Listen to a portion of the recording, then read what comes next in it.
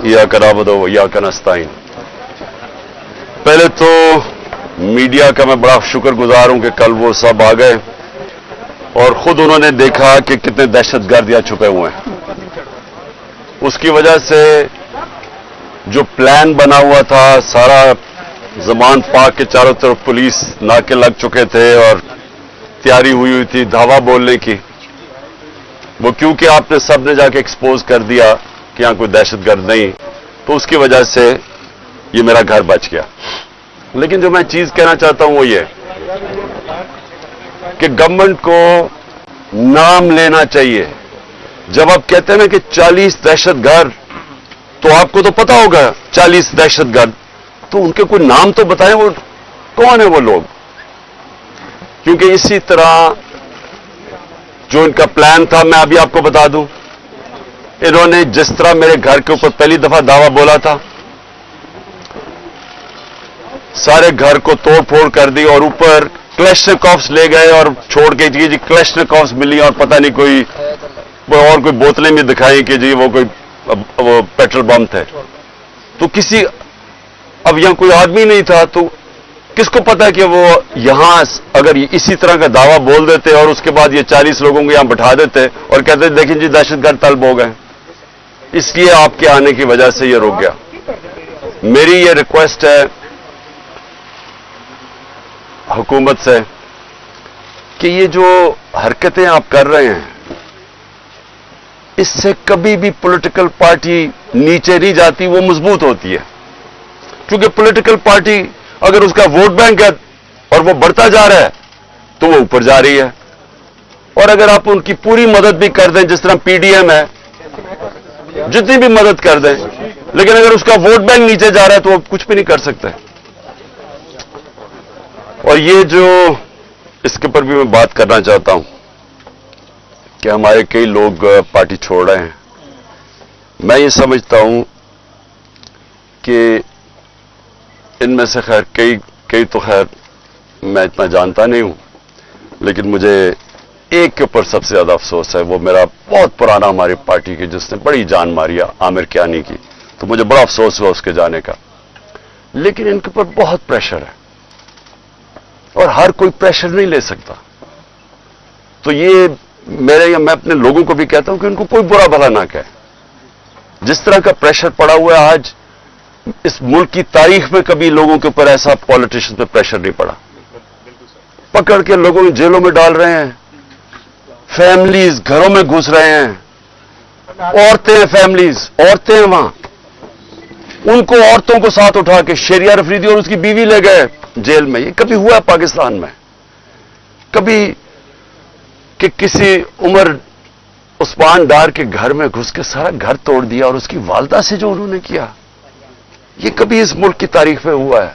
जो औरतों को, जो सीन्स आई हैं औरतों के बाल पकड़ रहे हैं, जिस तरह उनको घसीट रहे हैं, ये ना इस मुल्क में हुआ है और ना ये हमारा जो रवायतें हैं, जो हमारा दीन है, ये कोई इसकी चीज की इजाजत नहीं देता।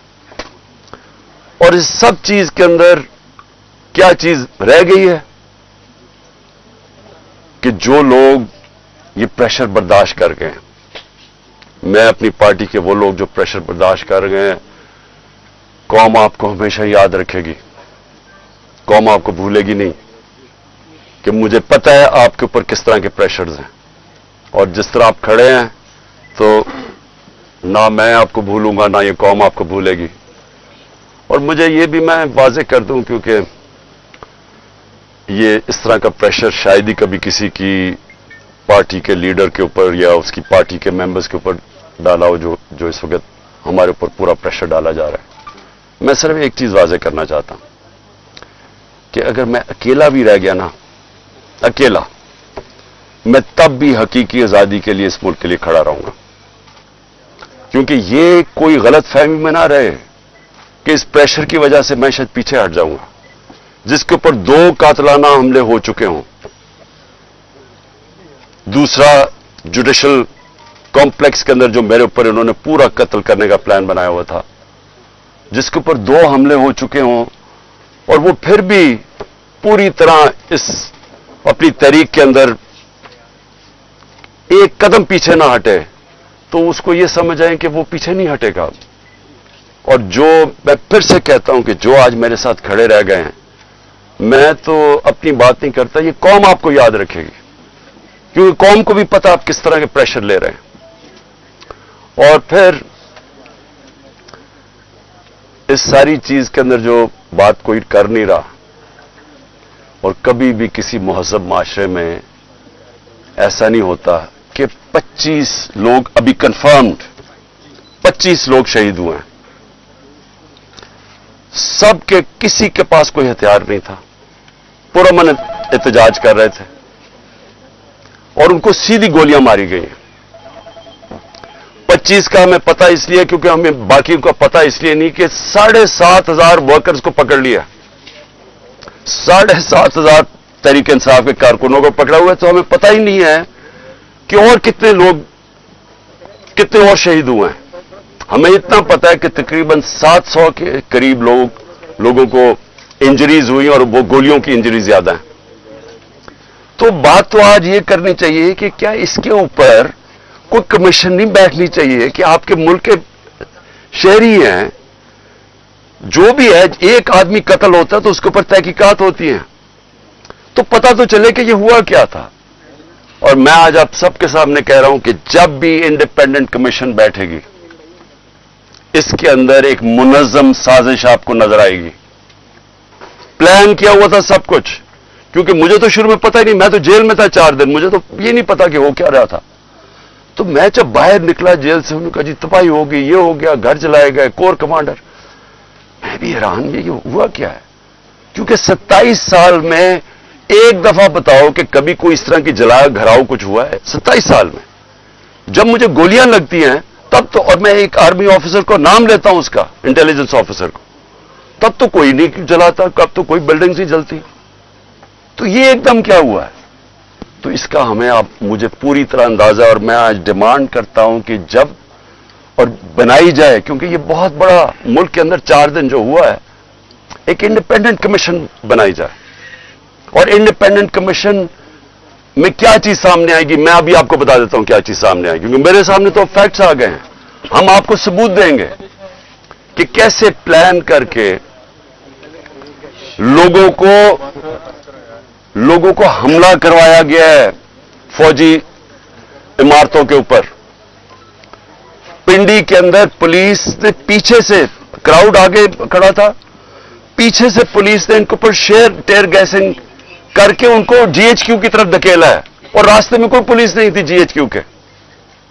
यहां जो हुआ है, अब हम लाहौर जानते हैं, मैं तो पैदा यहां हूं, ये पास ही तो है, 3-4 मील यहां से है वो कोर कमांडर। कभी सुना है कि कोर कमांडर लिबर्टी से लोग चल रहे हों और कोर कमांडर घर पहुंच रहे हों और वो खाली पड़ा हो वहां कोई यानी कोर कमांडर इतनी बड़ी पोजीशन होती है, उसको ऊपर कोई बचाने वाला नहीं आए। वो सीसीटीवी कैमरा किधर हैं? वहां सीसीटीवी कैमरा लगे होंगे, पता तो चले वो कौन सी शक्लें थी जिन्होंने जलाया। अब तक तो सामने आ जाना चाहिए था सब कुछ। टीवी पे इतनी ज्यादा प्रोपेगेंडा चल रहा है, कम से कम वो शक्लें तो दिखा दें सीसीटीवी कैमरा पे किन लोगों ने जलाया था वो कोर कमांडर का घर। और क्या आपको हमारी डॉक्टर यास्मीन, मेरी बहनें वहां बाहर खड़ी होकर कह रही हैं कि आपने अंदर नहीं जाना। कौन था जिसने अंदर उनको किया है? वही लोग थे जिन्होंने मियां वाली के अंदर जहाज चौक पे सब, जब वहां पुरअमन एहतजाज करे, उन्होंने कहा जी ये इसको जलाना है जहाज को। वो भी वहां से रिपोर्ट्स हैं कि वो उनको आगे कह रहे थे कि आपने ये करना है। पेशावर में वही रिपोर्ट्स आ रही हैं कि अंदर घुसे हुए थे लोग जो आप उकसा रहे थे क्राउड को। देखिए 27 साल में कभी किसी ने इस तरह की कोई हरकत नहीं की, तो एकदम ये जो सब कुछ हुआ है, तो इसके ऊपर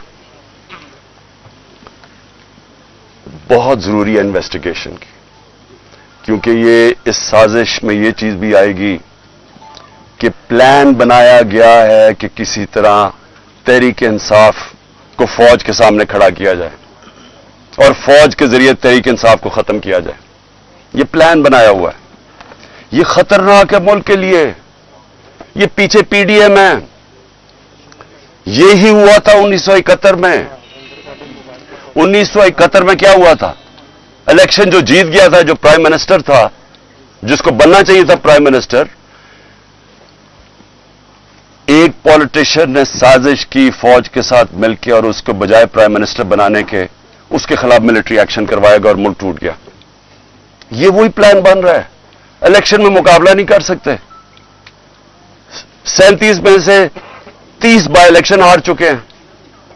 तो अब इनको यह नजर आ रहा है कि ना किसी तरह फौज के सामने खड़ा करो। कौन अपनी फौज से लड़ता है मुझे बताएं? अगर फौज से लड़ेगा तो क्या मुल्क ही हारेगा ना? कभी कोई लड़ता है?